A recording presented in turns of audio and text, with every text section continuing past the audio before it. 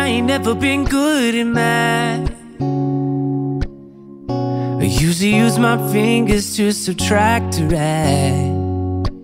But something I know is greater, and I don't need no calculator, and that's a fact. 'Cause as long as 1 + 1 will equal 2, that's as long as I've been needing you. Bonjour tout le monde, j'espère que vous allez bien. Bienvenue dans ma cuisine. Aujourd'hui on va cuisiner ensemble une recette salée. On va faire ce que j'appelle une soupe repas. En fait c'est une soupe qui est pas mixée, c'est une soupe avec tout, enfin voilà, tout est en petits morceaux dedans. Là on va faire une soupe de haricots blancs et saucisses fumées. Alors c'est une recette très facile à faire qui nécessite pas grand chose comme ingrédients, juste une petite poignée d'ingrédients avec c'est des ingrédients simples qu'on trouve assez facilement. C'est une recette qui sert de repas complet puisqu'il y a de tout dedans, que ça soit protéines, féculents et les légumes. Alors moi je vais l'accompagner, je vais vous partager aussi la recette ensuite. Je vais faire du pain gratiné au poireau et au gouda. Alors à chaque fois que je fais une soupe, j'accompagne parce que chez les garçons, je sais pas chez vous, hein, mais chez moi, la soupe a du mal à passer en repas. Pour eux, c'est plus une entrée, ils ont l'impression de... Alors, ça passe mieux quand je fais ce genre de soupe où c'est un repas complet, mais... ça passe encore mieux quand je l'accompagne avec ces pains gratinés là. Et là, la dernière fois je vous ai partagé une recette de pain gratiné à l'ail et au fromage. Je vous avais parlé de cette recette que j'allais vous partager, donc je vais le faire aujourd'hui. Une recette de pain gratiné du coup gouda poireau. Alors je sais pas chez vous, mais nous les températures sont redevenues un peu plus clémentes. Alors il fait pas encore super chaud, on n'a pas encore le grand soleil, mais voilà, on est repassé dans le positif. Mais on va encore profiter pendant quelques semaines, pas trop, j'espère, de ces petites soupes repas et ensuite on passera aux salades. En tout cas je sais pas vous, mais moi j'ai très hâte de passer aux salades et que le soleil revienne et que les températures plus clémentes reviennent aussi. Mais pour l'instant on cuisine des soupes et on y va du coup. Je vous donne la liste des ingrédients. Alors comme je vous ai dit, des ingrédients qui sont assez faciles à trouver, des saucisses fumées qu'on va couper en tranches. Là j'ai des herbes, donc j'ai une cuillère à café d'origan, une cuillère à café de thym, 3 gousses d'ail. Je vais rajouter aussi un petit peu de paprika fumé, c'est optionnel, vous pouvez mettre du paprika normal si vous voulez, vous pouvez ne pas en mettre du tout. Moi je mets du fumé pour rappeler le goût de fumé de la saucisse, c'est le petit truc dans la soupe qui la rend encore meilleure quoi, en fait. Une boîte de haricots blancs, alors vous pouvez prendre des frais aussi, c'est juste pour gagner du temps. Une boîte de haricots blancs égouttée et rincée. Si vous prenez des frais, vous les faites tremper, vous les faites cuire avant de les rajouter dans la soupe. Du sel et du poivre, une cuillère à soupe d'huile d'olive, 2 carottes qu'on va éplucher et couper aussi en morceaux. J'ai 100 g de pousses d'épinards.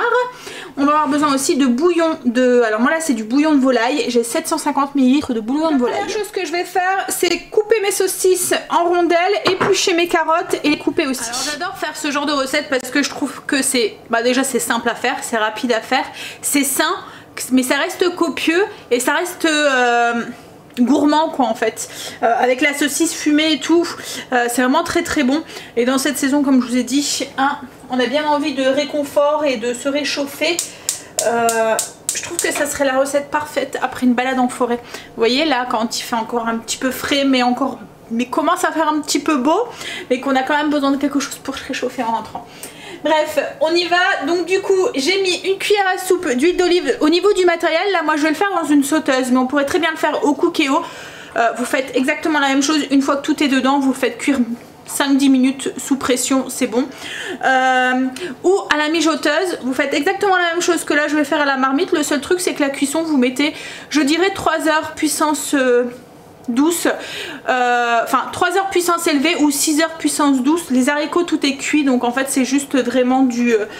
il y a juste les légumes à cuire, les saucisses aussi à cuire, que toutes les saveurs se mélangent, mais il n'y a pas besoin de cuisson très longue quoi en fait. Voilà, donc je l'ai fait à la marmite, mais vous pouvez très bien le faire avec vos autres appareils robots ménagers. Donc une cuillère à soupe d'huile d'olive dans une cocotte et on va y faire dorer nos rondelles de saucisses. Donc les saucisses fumées qu'on a coupées en rondelles, qu'on met dedans et qu'on fait bien dorer. Alors une fois que nos saucisses sont bien dorées, on va ajouter l'ail qu'on va hacher, presser, ce que vous voulez. Hop là. On va ajouter aussi les carottes et les petites herbes et on va faire revenir un petit peu tout ça en un petit 2 minutes en fait, le temps que l'ail diffuse ses arômes et qui dore un petit peu légèrement quoi en fait. Hop, on ajoute les petites carottes, donc coupées en rondelles, notre cuillère à café de thym et d'origan. On mélange bien et comme je vous ai dit, on fait revenir ça un petit 2 minutes. Après les 2 minutes, on va ajouter nos haricots blancs cuits ou égouttés, ou si c'est une boîte, égouttés et rincés. Notre bouillon de volaille. On va saler un petit peu parce que le bouillon est déjà salé. S'il faut, on ressalera après. Puis il y a les saucisses fumées aussi. Un peu de poivre. Et on va ajouter notre paprika fumée. Alors pas grand chose, hein, juste un quart de cuillère à café. Comme je vous ai dit, c'est juste pour corser le goût de fumée. Voilà. Et donner une petite couleur aussi au bouillon. On mélange et là on va laisser cuire ça à feu doux. Le temps que les carottes cuisent, une petite demi-heure. Et ensuite on ajoutera les épinards. Alors les épinards, les pousses d'épinards ça cuit très très vite. On aura juste à les plonger et à les faire faner en fait à la fin de la cuisson. Donc là je vais mettre le couvercle et laisser cuire une petite demi-heure à feu doux. Alors une fois la demi-heure passée, que les carottes sont cuites, on n'a plus qu'à ajouter du coup les épinards qu'on a lavés. Les pousses d'épinards et on va les faire cuire, enfin voilà, ils vont faner vite hein, en 5 minutes, même pas c'est cuit, tout le reste est cuit, donc il y a juste à faire en sorte que les épinards soient cuits. Donc voilà ce que ça donne une fois les épinards fanés, une petite soupe plein de couleurs, plein de vitamines, il n'y a plus qu'à servir, on rectifie l'assaisonnement avant. On goûte, on rectifie, sel, poivre et on sert ça avec pourquoi pas la recette qui va suivre tout de suite après, un pain gratiné gouda et poireaux. Alors, autant que la soupe cuit, on va s'occuper de nos baguettes gratinées poireaux gouda. Alors vous allez voir, c'est très très simple à faire. Au niveau du matériel, il va falloir juste une plaque pour poser vos baguettes. En fait, c'est une plaque à pâtisserie ou votre lèche frite, ça fonctionne aussi très bien. Et un bon mixeur, un style un robot. Alors moi je vais le faire avec le MCC, le Monsieur Cuisine Connect, mais on peut très bien le faire avec, vous voyez, un mixeur classique avec une lame là. Au niveau des ingrédients, il va falloir des baguettes pré-cuites. Vous voyez ce genre de baguettes là, parce qu'après on va le repasser au four. Ou vous pouvez prendre aussi, c'est les baguettes, vous voyez, très blanches, comme on peut vendre chez Louise ou Marie Blachard. Oui, parce qu'on va les repasser au four, donc si vous voulez pas avoir un truc qui soit trop cuit et trop croustillant, il faut mieux prendre des choses qui sont, enfin des pains qui sont pas très très cuits. Ce que j'aime bien faire aussi, c'est faire avec de la ciabatta. J'aime le servir aussi à l'apéro ou quand je fais un buffet, vous voyez. Je les coupe ensuite, alors sur de la ciabatta c'est beaucoup plus large et ensuite je les coupe en petites lamelles, on va dire, et je sers ça... Voilà, souvent ça fait fureur. Souvent à chaque fois on me demande la recette parce que c'est vraiment très très bon. Et en plus c'est un bon moyen de faire manger des légumes aux enfants parce que sans de rien, il y a du poireau dedans. Donc du coup je continue au niveau de la liste des ingrédients. Donc baguette pré-cuite, du beurre doux ou du beurre salé, c'est à vous de voir. Mais du coup si vous mettez du beurre salé, ne me rajoutez pas de sel après. Il faut 70 g de beurre, 200 g de gouda et 2 beaux blancs de poireaux. Ce qu'on va devoir faire, c'est faire fondre nos 70 g de beurre. Alors si vous le faites dans un robot classique, vous les faites fondre d'abord au micro-ondes. Vous le faites fondre d'abord au micro-ondes ou à la casserole avant de l'ajouter dans votre robot.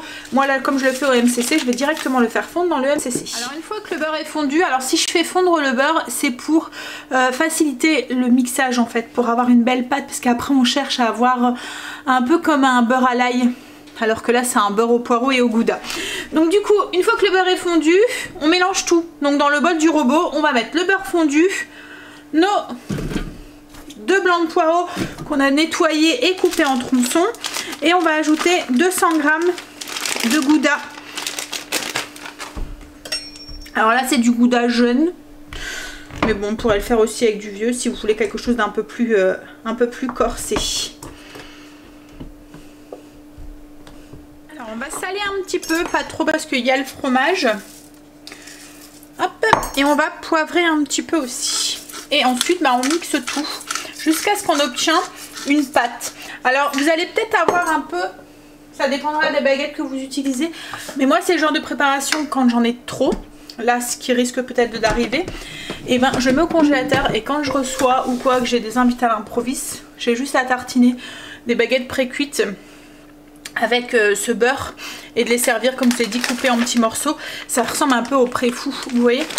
Pareil, ça c'est un peu mes indispensables, j'en ai un petit peu tout le temps à la maison parce que je m'en sers comme base pour faire des pizzas. Vous voyez, pizza baguette, juste de la bolognaise aussi dessus, de la bolo maison par exemple, vous la coupez, vous mettez de la bolo dessus, vous mettez de la mozzarella, vous servez ça avec une salade, ça vous fait un repas qui va vite quand vous êtes un petit peu pressé ou qu'il y a des imprévus. Allez, on y va, du coup, on mixe tout ça. Alors la puissance, là vous faites à l'œil quoi en fait, hein. Moi je vais mettre puissance 6. Il faut vraiment que ça fasse comme un beurre en fait, comme je le dis, un beurre à l'ail, un beurre aromatisé. C'est bien mixé, je vais essayer de vous montrer la préparation qu'on obtient. On obtient vraiment, vous voyez, un beurre un peu vert comme ça avec le blanc de poireau. C'est vraiment très très crémeux. Oups là, alors j'essaye de vous mettre. Voilà, là vous allez mieux voir. Vous voyez, on a quelque chose de vraiment très très crémeux qui va être facilement tartinable. Donc là on met ça de côté, on prend une plaque, on va venir couper. Alors sans de rien, ça pique le poireau, j'ai les yeux qui pleurent. Donc on coupe les baguettes en deux dans le sens de la longueur et on va venir tartiner. Alors on tartine enfin pas légèrement justement, on tartine, on fait une belle couche sur le dessus. Il y a du fromage, il n'y a pas que du beurre, il y a du fromage et il y a du poireau. Donc on veut quand même que ça reste, qu'il y a une couche au-dessus de nos baguettes en fait. Donc on met assez une belle voilà, une belle couche sur le dessus. Le beurre va fondre en fait, il va nourrir le pain et il va cuire aussi, il va aider aussi à la cuisson du poireau. Et puis le fromage va gratiner et laisser une couche sur les baguettes.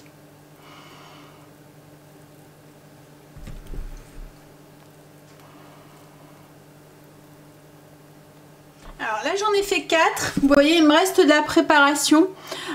Donc soit on peut mettre cette préparation directement dans un pot au congélateur, ou soit vous pouvez préparer aussi les baguettes comme ça, les mettre aussi au congélateur déjà faites, comme ça il n'y a plus qu'à les passer au four. Ou ce qu'on peut faire aussi c'est s'en servir pour faire, vous voyez ce qu'on appelle les pains hérissons. Vous prenez des miches de pain, des petites miches, vous les coupez pour faire comme un quadrillage dessus, mais pas jusque la base du pain en fait, ça reste attaché et on vient farcir cette crème dans tous les les coupures qu'on fait du pain. J'essaie de trouver mes mots et j'essaie de me rattraper. Ou ce qu'on pourrait faire aussi c'est prendre les baguettes et au lieu de les couper, vous voyez dans la longueur comme ça, c'est de faire des fentes dedans à l'intérieur. Vous voyez, on en a une ici, hop, on les coupe comme ça, on fait des fentes et on farcit à l'intérieur et comme ça on peut la servir aussi comme ça entière. À vous de voir. Ou après vous pouvez aussi diviser la recette par deux de la préparation à base de poireaux, ne mettre que un poireau, 100 g de gouda, soit 35 g de beurre et tout mixer comme ça. Après ça dépendra aussi de la taille de votre mixeur, parce qu'il y a des moments on n'arrive pas bien à mixer s'il n'y a pas assez de préparation. Ça me pique très très fort aux yeux. Bon allez, du coup là il reste plus qu'à enfourner à peu près 15 minutes. Alors moi je vous conseille de le mettre sous le grille du four chaud. Comme ça en fait le pain en dessous reste pas trop cuit. Vous voyez ça gratine au dessus et le pain reste tendre en dessous. Donc 15 minutes sous le grille jusqu'à ce que le fromage soit bien fondu et que ça soit bien gratiné. Alors justement je vais en faire, parce que comme il me reste de la préparation, je vais en faire pour mettre au congélateur. Donc là j'ai fait 5 demi-baguettes, comme ça on est 5 cet après-midi. J'ai compté une demi-baguette par personne. Donc celle-là je vais la mettre au congélateur, ça nous servira en apéro ou quoi. Et celle-là en fait voilà, je vais la trancher juste comme ça. Hop. Et je vais venir avec une cuillère. Alors on va pas jusqu'au bout, on laisse la baguette attachée. On fait juste des incisions à l'intérieur. Et je vais venir avec une cuillère, prendre de la préparation et venir donc écarter légèrement et venir farcir à l'intérieur. Voilà, comme ça, en laissant attacher, en essayant de ne pas casser la baguette.